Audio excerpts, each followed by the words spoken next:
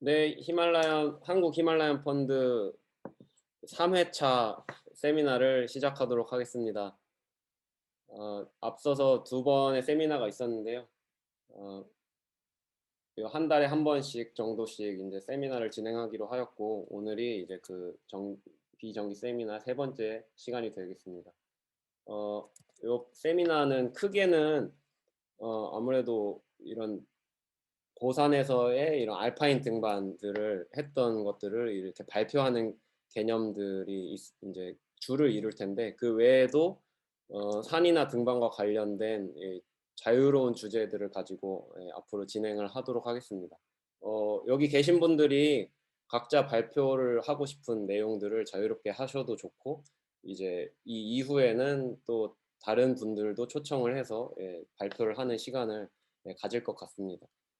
그리고 이제 코로나가 이제 혹시나 코로나 상황이 좋아지면은 이런 좀 공개적인 자리에서 다른 많은 분들하고도 이런 꼭 무슨 등반 발표식이 아니어도 이런 재밌는 주제를 가지고 이런저런 얘기를 토론식으로 할 수 있는 자리도 가지면 좋을 것 같습니다. 그래서 음, 오늘 발표 주제는 두 분이 하실 텐데요. 오영훈 형이 김창호 선정 히말라야 등반 과제라는 주제로 20분의 길이의 발표를 해주실 거고, 안치영 형이 페리 히말과 힘중 피크라는 주제로 15분 동안 발표를 해주시겠습니다.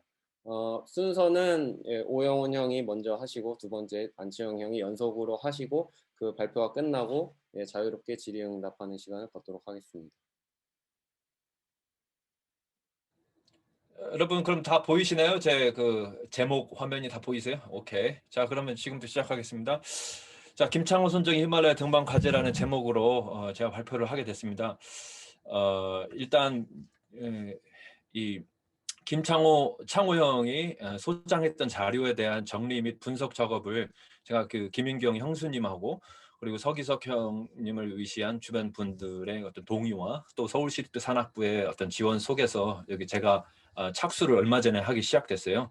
아직은 시작 단계지만은 창호 형이 생전에 추구했던 등반 및 또 등반가로서의 삶에 조금씩은 알려나가야 되겠다는 그런 생각을 하기 때문에 이런 이 기회를 맞아서 제가 발표를 하게 됐고, 또 창호 형이 살아있다면은 다만 이런 식으로는 발표를 하지 않고 조용히 자신의 지금까지 해왔던 것처럼 등반을 준비하고 실행에 옮겼으리라고 생각하지만, 지금 이제 없는 상황에서 지금은 이제 창호 형의 모습을 조금씩은 공개할 필요가 있겠다. 하지만 또 제가 아주 충분하게 연구가 되지 않은 상황에서 또 어떤 아주 오랫동안 걸친 그런 노력의 결실들을 이렇게 쉽게 제가 자료를 보관하고 있다고 해서 이렇게 공개하는 거는 참 너무 조심스러웠고, 그래서 지금 오늘 하는 발표 자료는 인터넷을 통해서 찾을 수 있는 자료만 위주로 담았고요. 창호 형이 어렵게 구해 보관하는 자료는 담지 않았습니다. 상당히 일반적인 내용이라 할 수 있으면서도 창호 형의 어떤 부분이 독특하게 드러나는 그런 발표 내용이라고 생각하시면 되겠습니다. 일단 목차는 창호형 소정 자료에 대해 간단하게 계략을 하고, 그다음에 등반 대상지 관련 창호형의 국내 주요 출간 원고에 대해서 간단하게 제가 설명을 드리겠습니다. 그다음에 코리안 웨이 프로젝트 기획 당시 2013년 등반 대상지가 있는데 그런 것에 대해서 간단하게 말씀드리고, 김창호 선정 등반 과제 목록이 여러 가지가 있어요. 그거에 대해서 또 간단하게 말씀드리고, 지금 5번이 지금 사실 제가 지금 이번에 하려는 그 중심 내용입니다. 2017년부터 2025년 김창원 선정 히말라야 미등봉 과제라는 제목으로 창호 형이 만든 그 서류에 대한 내용들을 제가 간단하게 따로 제가 별도로 조사를 하고 해서 간단하게 지금 할 거고요. 마지막으로 시간이 좀 허락하는 한 창호 형의 등반 철학에 대해서 몇 가지 추가를 하려고 합니다. 한 가지 드릴 말씀은 창호 형이 선정한 어떤 그 등반 대상지 엄청나게 많거든요. 본인이 하려고 했던 것들, 하면은 사람들이 하고 싶어 한다는 것들. 제가 오늘 발표하는 5번에 대해서는 사실 창호 형이 본격적으로 시도하려고 준비를 하지는 않았어요. 거의 대부분. 아마도 몇 년 뒤, 왜냐하면 너무 어려운 그런 과제들이기 때문에 아마도 몇 년 더 지난 다음에 시도하려고 남겨두었지 않나 그런 생각이 듭니다. 창호 형 소장 자료는 현재 창호 형 방에 형수님의 노력으로 그대로 변치 않게 보관돼 있고요. 그중에 장서 2천여 권, 수기가 80여 권 있습니다. 원정 일기 및 일반 수첩, 그리고 기타 필름 사진 장비 이런 것들이 많이 있고요. 디지털 자료 그러니까 외장 하드 자료에 디지털 도서와 PDF로 된 도서들이 아주 고문서 포함해서 수천여 권이 있어요. 다 받는지 안 받는지는 잘 모르겠지만 아무튼 수집을 다 해놨습니다. 그것도 다 분류해놔서 등반 대상지 자료 역시 수천여 곳이 있습니다. 어떤 카라코나 히말라야 중심으로 중국 및 뭐 안데스 이런 데 포함해서 어떤 사진 그 각 봉우리 혹은 그 벽 루트 이런 거에 대해서 사진 및 보고서 책 스캔 자료 등등을 목록 지역별로 나누고 이렇게 분류가 되어 있습니다. 창호형이 중심을 뒀던 위치는 저희 구글에서 그냥 다운받은 자료인데 히말라야가 있고 특히 창호형이 연구를 했던 이 카라코람 지역 그리고 힌두쿠시 지역 파미르 지역에 대해서는 조금 했고요. 가장 중심을 두었던 부분이 그 카라코람과 힌두쿠시라고 할 수 있습니다. 히말라야도 사실 히스자 하면서 많이 갔기 때문에 창호형이 본격적으로 탐사라고 하는 개인 탐사 이런 것 카라코람 했던 것처럼 하진 않았지만 거의 역시 굉장히 방대한 자료를 가지고 있고요. 넘어가면 국내 주요 출간 자료가 있습니다. 파키스탄에서 카라코람에 카라코람에 대해서 2008년 부산산악연구원과 2009년 부산산악연구원에 대해서 이렇게 아주 꽤 두꺼운 그런 자료를 낸 바 있고 중국 횡단산맥에 대해서 2018년 원고가 완성됐는데 이것도 굉장히 큰 방대한 원고예요. A4지로 한 48매 정도 나오는 그런 자료가 아마 제가 알기로는 출간이 안 돼 있는 걸로 알고 있어요. 굉장히 여기에 대해서 연구를 많이 했습니다. 특히 카라코람에 대해서는 사실 가장 많은 시간을 투자해서 연구한 지역이기 때문에 이런 말이 있어요. 좀 가장 매력 있는 점은 무츠취시와 바투라포 그리고 코츠사르트 이봉이다 이런 식으로 왜 그를 선정했는지 이유는 밝히지 않고 있어요. 예를 들어서 파키스탄 그냥 지금 몇 가지 예를 들어보겠습니다. 가샤브론 오봉 북서벽 여기가 이제 등반이 안 돼 있다. 우리 치영이 형 여기 등반했죠. 초등을 했죠. 근데 요 부분은 등반이 안 돼 있다 하면서 아주 대상들 남아 있고 예를 들어서 뭐 가르무시 보고 여기는 가름시 남봉인데 이게 우리 아시죠? 2004년 청죽 산악회에서 실패했다가 2007년 심건식 대장님 이제 등정해서 황급불길상 아시아 받은 적이 있고 그 당시 이제 창호영이 자료를 처음부터 많이 제공해 줬습니다. 이거는 뭐 그로스 베노르 우리 김진석 군도 여기 등반했다가 코페를 떨어뜨리는 바람에 제가 알기로 뭐 내려온 경우가 있고 치영이 형이 여기 등반했었나요? 치영이 아무튼 이 사진은 치영이 형이 찍은 사진이에요. 치영이 형이 이따 말씀해 주시기를 바라고. 카라코럼의 7,000m급 미등정봉 4좌라는 이라고 이렇게 타이틀을 달아서 이 네 봉우리를 부산은 2000년 8월에 이렇게 선정을 해서 한 적도 있어요.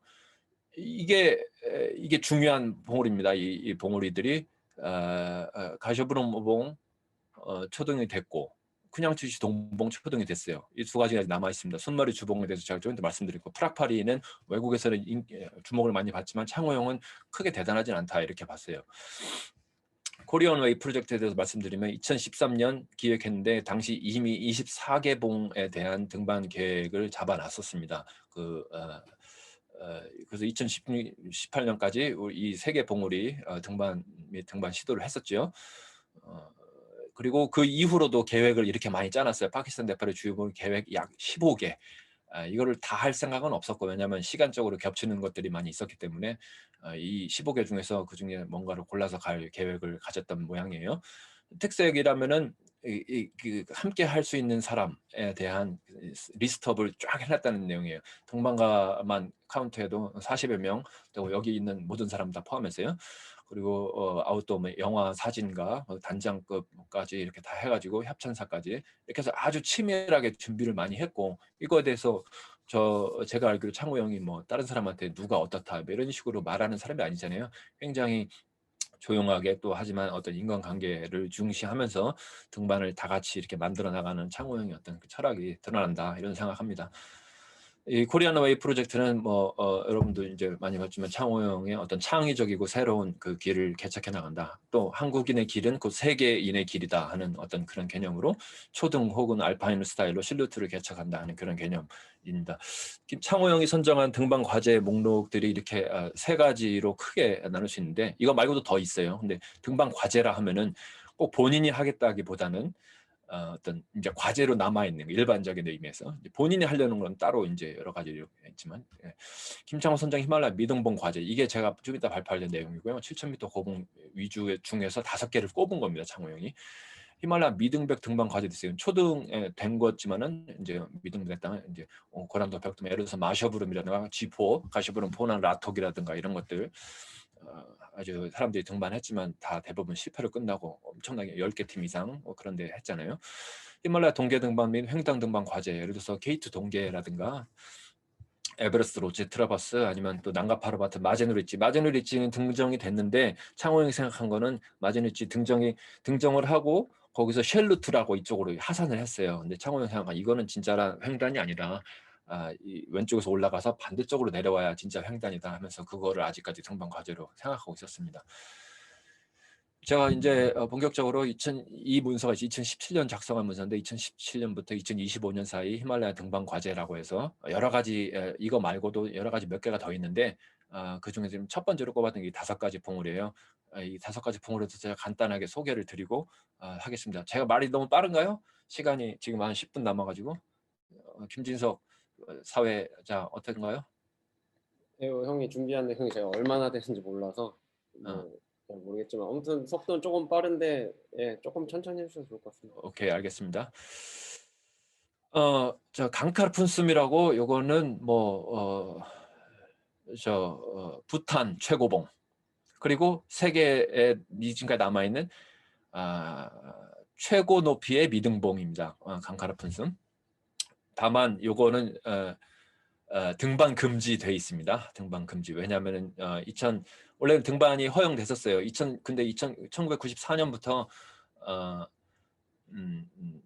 부탄에서 6,000m 이상 봉우리 등반 금지를 시켰고 그러다 2003년부터는 아예 등반 전체를 금지시켰어요. 근데 그 전에 이제 예를 들어 일본 팀이 라든가 총 4개 팀이 등반을 했었어요. 물론 등정을 하지 못했습니다. 이건 벽 길이 그러니까 고도차가 3,000m 되고요. 상당히 아주 이제 최고 높이기 때문에 많은 사람들이 보고 있어요.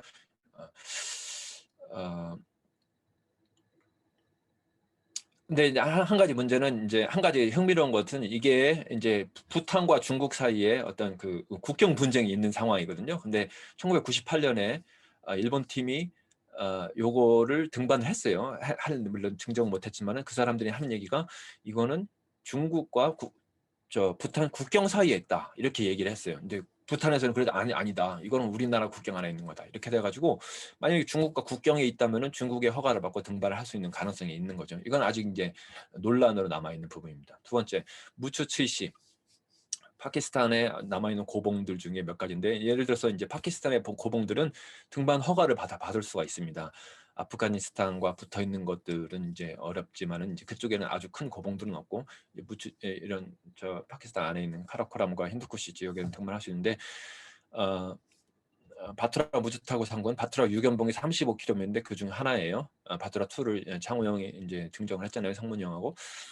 근데 이제 바투라 연봉에 대해서는 많은 사람들이 등정이 안 된 다른 봉우리들도 있고 해가지고 7,000m급이니까 사실 관심을 많이 받고 있어요. 세계적으로. 이 봉우리에 대해서는 스페인 팀 시도가 있었고 2011년도 등반 계획이 있었으나 무산됐고 창호 형은 단독 혹은 원정대를 이뤄서 이렇게 여러 번 탐사를 했습니다. 무추츠이시라면 요거예요. 사실 2020년 그러니까 지난 여름에 체코 원정대가 등반했습니다. 자, 여러분 보세요. 이게 이제 바투라 2는 요쪽에 있고요. 이제 바투라 이게 5인가 그렇고 바투라 6인가 그렇고 이게 무추츠이시인데 이 중에 어디로 등반을 하면 좋을 것 같아요? 무추츠이시를 여러분들 올라간다. 지금 보이는 데서 딱 보면은 어디로 가면 좋겠습니까? 없어 보이죠? 여기 딱 있어 보이죠, 이게. 네, 맞은데 2014년 우선 이렇게 트레버스 하다가 강병을 만나서 하산했었고 6,000m 지점입니다. 거기서 지난 여름에 갔던 원정대가 아마 이쯤에서 내려왔어요. 가장 어려운 구간이 여기다. 이제 빙방이 있고 여기 눈사태가 있다. 이 팀은 여기 캠프 안 부근에서 눈사태 때문에 하산을 했어요. 요부 구간이 어려운 구간이다. 뭐 이런 얘기가 있습니다. 뭐 아무튼 지난 여름에도 등반한 모양이니까 사실 얼마 안 있어서 등정이 되지 않을까 이렇게 예상이 됩니다. 사실 객관적인 난이도나 위험도가 크게 높지 않아 보이긴 하는 산이니까. 쿤바카르나 동봉. 쿤바카르나가 뭐죠? 이제 잔우입니다. 잔우의 현지 언어인데 잔우 북벽에서 아시죠? 잔우 동벽이니 잔우의 동쪽으로 있는 봉우리가 쿤바카르나 이스트인데 요거를 어, 어, 어, 이렇게 슬로베니아에서 3번 등반했었어요. 여기에 예를 들어서 이제 벽 고도차가 1900m고 슬로베니아가 반자프롤란이라고 우리 저 김진석이랑 같이 같이 등반했던 거기 랑시사리 북벽 거기를 올랐던 유일한 사람 이 반자프롤란입니다. 이 사람하고 이 둘이서 2인조로 해가지고 90년대에 엄청난 많은 등반했어요. 둘이서 뭐 세계 아주 대단한 벽들은 다 등반했었는데 이 사람 실패를 했어요. 실패했는데도 ED 플러스 최고 난이도를 붙였어요. 어렵다. 슬로베니아 팀에서 여러 번 등반하고 투모체스는 아마도 세계에서 가장 빙벽일 것이다. 이렇게 북벽에 대해서 이제 동벽 그러니까 사방이 굉장히 가까워요.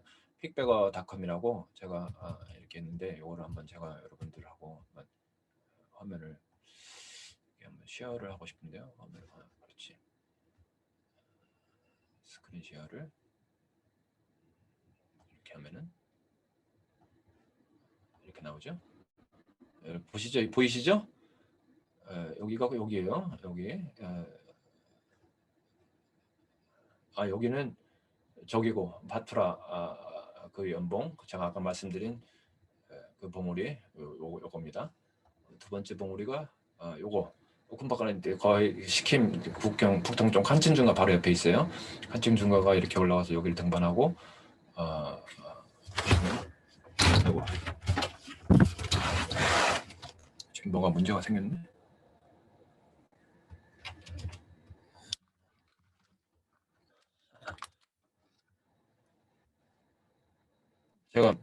여러분 제가 보이나요? 형님 화면이 꺼졌어요. 다시 됐죠? 자, 여기가 칸첸중가가 이쪽에 있고 여기가 이제 잔우가 여기 있고 여기 잔우고 여기 이제 쿤바카르나 동봉 해가지고 여기 동벽이 이렇게 있고 여기가 이제 굉장히 어렵다 이렇게 되어 있습니다. 이렇게 스크린을 왔다 갔다 하니까 시간이 많이 걸리네.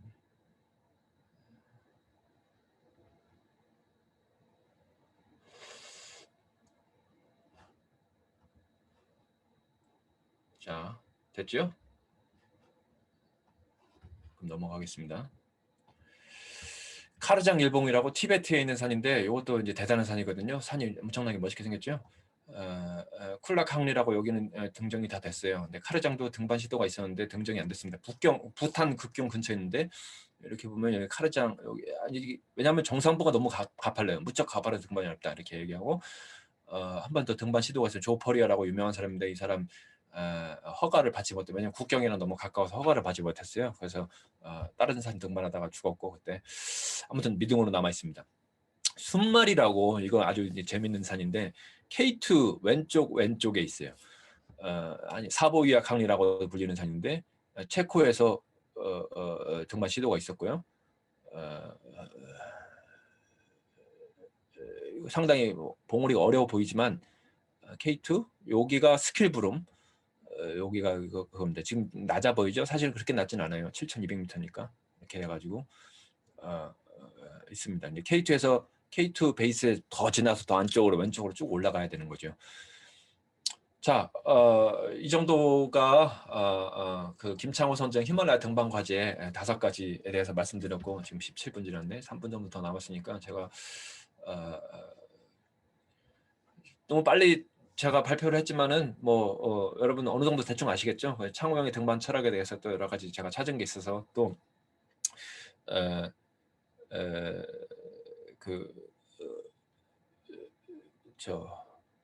그거 뭐죠?